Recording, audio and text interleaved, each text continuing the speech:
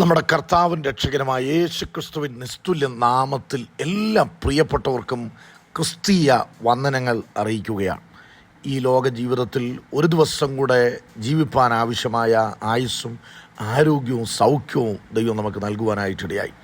നമ്മെക്കുറിച്ച് ഓരോരുത്തരെക്കുറിച്ചും ദൈവത്തിന് വ്യക്തമായ പദ്ധതിയുണ്ട്. ദൈവം അത് മുന്നമേ ഒരുക്കി വച്ചിരിക്കുകയാണ്. ആ പദ്ധതികൾ തിരിച്ചറിഞ്ഞ് അതിൻ്റെ നിവൃത്തീകരണത്തിന് വേണ്ടി നമ്മുടെ ജീവിതത്തെ നാം സമർപ്പിക്കുമ്പോഴാണ് ദൈവത്തിന് പ്രസാദകരമായ ഒരു ജീവിതം നമുക്ക് നയിക്കുവാനായിട്ട് കഴിയുന്നത്. ഇന്ന് രാവിലെ ദൈവത്തിൻ്റെ പരിശുദ്ധാത്മാവ് നൽകുവാൻ പ്രേരണ നൽകിയിരിക്കുന്ന ദൈവത്തിൻ്റെ വചനം സഭാപ്രസംഗിയുടെ പുസ്തകം 12-ാം അധ്യായം 1-2 വാക്യങ്ങൾ. നിൻ്റെ യൗവനകാലത്ത് നിൻ്റെ സൃഷ്ടാവിനെ ഓർത്തുകൊള്ളുക. ദുർദിവസങ്ങൾ വരികയും എനിക്ക് ഇഷ്ടമില്ല എന്ന് നീ പറയുന്ന കാലം സമീപിക്കുകയും സൂര്യനും വെളിച്ചവും ചന്ദ്രനും നക്ഷത്രങ്ങളും ഇരുണ്ടുപോകുകയും മഴ പെയ്ത ശേഷം മേഘങ്ങൾ മടങ്ങി വരികയും ചെയ്യും മുൻപ് തന്നെ. എല്ലാ കാലഘട്ടത്തിലും നമ്മുടെ ആരോഗ്യം ഒരുപോലെ ആകുകയില്ല. കാരണം മണ്ണിൽ നിന്നാണ് മനുഷ്യനെ ദൈവം നിർമ്മിച്ചിരിക്കുന്നത്. ജഡാനരകൾ നമ്മുടെ ജീവിതത്തിൽ കടന്നു വരും. ജീവിതത്തിന് ഒരവസാനമുണ്ട്. ജീവാവസാനം എന്നാണ് ബൈബിൾ ആ പദത്തെക്കുറിച്ച് ഉപയോഗിക്കുന്ന വാക്കെന്ന് പറയുന്നത്. അപ്പോൾ ജനിച്ച ഏതൊരു മനുഷ്യനും ഇന്നല്ലെങ്കിൽ നാളെ ഈ ഭൂമിയിൽ നിന്ന് പോകേണ്ടതായിട്ട് വരും. ഒരു ചിന്തകൻ പറഞ്ഞത്, നടത്തത്തിൽ ഏറ്റവും മനോഹരവും എന്ന് പറയുന്നത് ആനയുടെ നടത്തമാണ്. ചിന്തകളിൽ ഏറ്റവും ശ്രേഷ്ഠകരമായിരിക്കുന്നത് നമ്മുടെ മരണത്തെക്കുറിച്ചുള്ളതായ ചിന്തകളാണ്. എന്നാൽ മനുഷ്യൻ ചിന്തിക്കാൻ ഇഷ്ടപ്പെടാത്തൊരു കാര്യമാണ് മറ്റുള്ളവരൊക്കെ അധികം താമസിയാൽ ലോകത്തിൽ നിന്ന് മാറ്റപ്പെടും, ഞാൻ ഉടനെ ഒന്നും പോകത്തില്ല. അങ്ങനെ തന്നെ ആയിരിക്കട്ടെ. ആയുസ്സും ആരോഗ്യവും ദൈവത്തിൻ്റെ ദാനമാണ്. എന്നാൽ ഏതു സമയത്തും 500 വർഷങ്ങൾ മുൻപിൽ കണ്ടുകൊണ്ട് വേണം നമ്മൾ കാര്യങ്ങൾ ചെയ്യുവാനായിട്ട്. അപ്പോൾ തന്നെ കർത്താവ് കടന്നു വന്നാൽ കടന്നു പോകുവാനുള്ള ഒരുക്കം നമുക്കുണ്ടായിരിക്കണം.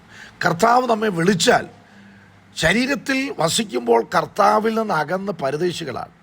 ശരീരം വിട്ടു കഴിഞ്ഞാൽ ഞാനെൻ്റെ കർത്താവിനോട് കൂടെയാണ് എന്നുള്ള ബോധ്യം നമ്മൾ ഈ ലോക ജീവിതത്തിൽ വെച്ച് ശരീരത്തിൽ വസിക്കുന്ന സമയത്ത് തന്നെ പ്രാപിക്കണം. നമ്മുടെ ആരോഗ്യം എന്നും നിലനിന്ന് വരികയില്ല. ആകയാൽ ആരോഗ്യമുള്ളപ്പോൾ അത് നൽകിയ ദൈവത്തിനായി ദൈവം തരുന്ന സമയം നാം പ്രവർത്തിക്കണം. കാരണം ഇതെല്ലാം നഷ്ടപ്പെട്ടു പോകും. വളരെ ആലങ്കാരികമായി ശലോമോൻ രാജാവാണ് ഈ സഭാപ്രസംഗിയുടെ പുസ്തകം രചിച്ചിരിക്കുന്നത്. ജ്ഞാനികളിൽ ജ്ഞാനിയാണ്. എല്ലാം പരിശോധിച്ചിട്ട് മായ എന്ന് അദ്ദേഹം പറയുന്നുണ്ട്. മനുഷ്യൻ്റെ ശരീരത്തിലെ ലൈഫിനെ ആലങ്കാരികമായിട്ട് വർണ്ണിച്ചിരിക്കുന്നതായ ഭാഗങ്ങൾ സഭാപ്രസംഗിയുടെ പുസ്തകം 12-ാം അധ്യായം 3 മുതൽ താഴോട്ടുള്ളതായ വാക്യത്തിൽ നമുക്ക് കാണുവാനായിട്ട് കഴിയും. അന്ന് വീട്ടുകാവൽക്കാർ വിറയ്ക്കും എന്ന് പറഞ്ഞാൽ കൈകാലുകൾ വിറയ്ക്കും, ബലവാന്മാർ കുനിയും, നട്ടെല്ലു വളയും, അരയ്ക്കുന്നവർ ചുരുക്കമാകയാൽ അടങ്ങിയിരിക്കും എന്ന് പറഞ്ഞാൽ എന്താ? പല്ലുകൾ കൊഴിഞ്ഞു പോകും. കിടുവാതിലുകളിൽ കൂടി നോക്കുന്നവർ അന്ധന്മാരാകും, കാഴ്ച മങ്ങിപ്പോകും. തെരുവിലെ കഥകൾ അടയും, വായും ചെവിയും സംസാരിക്കാനും കേൾക്കാനും കഴിയാതെ വരുന്നൊരു കാലമുണ്ടാകും. അരയ്ക്കുന്ന ശബ്ദം മന്ദമാകും. പല്ലുകൾ ഇല്ലാത്തതിനാൽ മോണ കൊണ്ട് സാവകാശം കഴിക്കേണ്ടതായിട്ട് വരും. പക്ഷികളുടെ ശബ്ദത്തിങ്കൽ ഉണർന്നു പോകും, വേണ്ടവണ്ണം ഉറങ്ങുവാൻ കഴിയുകയില്ല. പാട്ടുകാരത്തികളൊക്കെയും തളരും, നാവ് കുഴഞ്ഞു പോകും.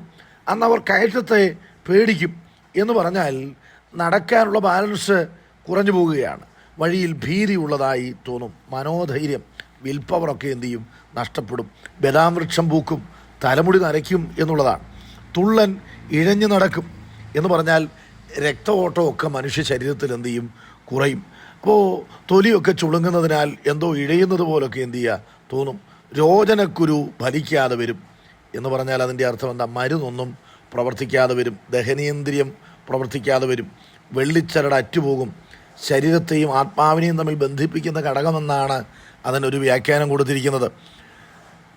പ്രിയപ്പെട്ടവരെ, പൊൻകിണ്ണം തകരും, തലച്ചോറിൻ്റെ പ്രവർത്തനം ഒക്കെ നിശ്ചലമാകും. ഉറവെങ്കിലെ കുടമുടയും, ഹൃദയത്തിൻ്റെ പ്രവർത്തനം നിശ്ചലമാകും. കിണറ്റിങ്കലെ ചക്രം തകരും, രക്തക്കുഴലുകൾ പ്രവർത്തനരഹിതമാകും. അപ്പോൾ ആരോഗ്യം ക്ഷയിക്കുന്നൊരു കാലഘട്ടം വരും. മനുഷ്യൻ തൻ്റെ ശാശ്വത ഭവനത്തിലേക്ക് പോകും.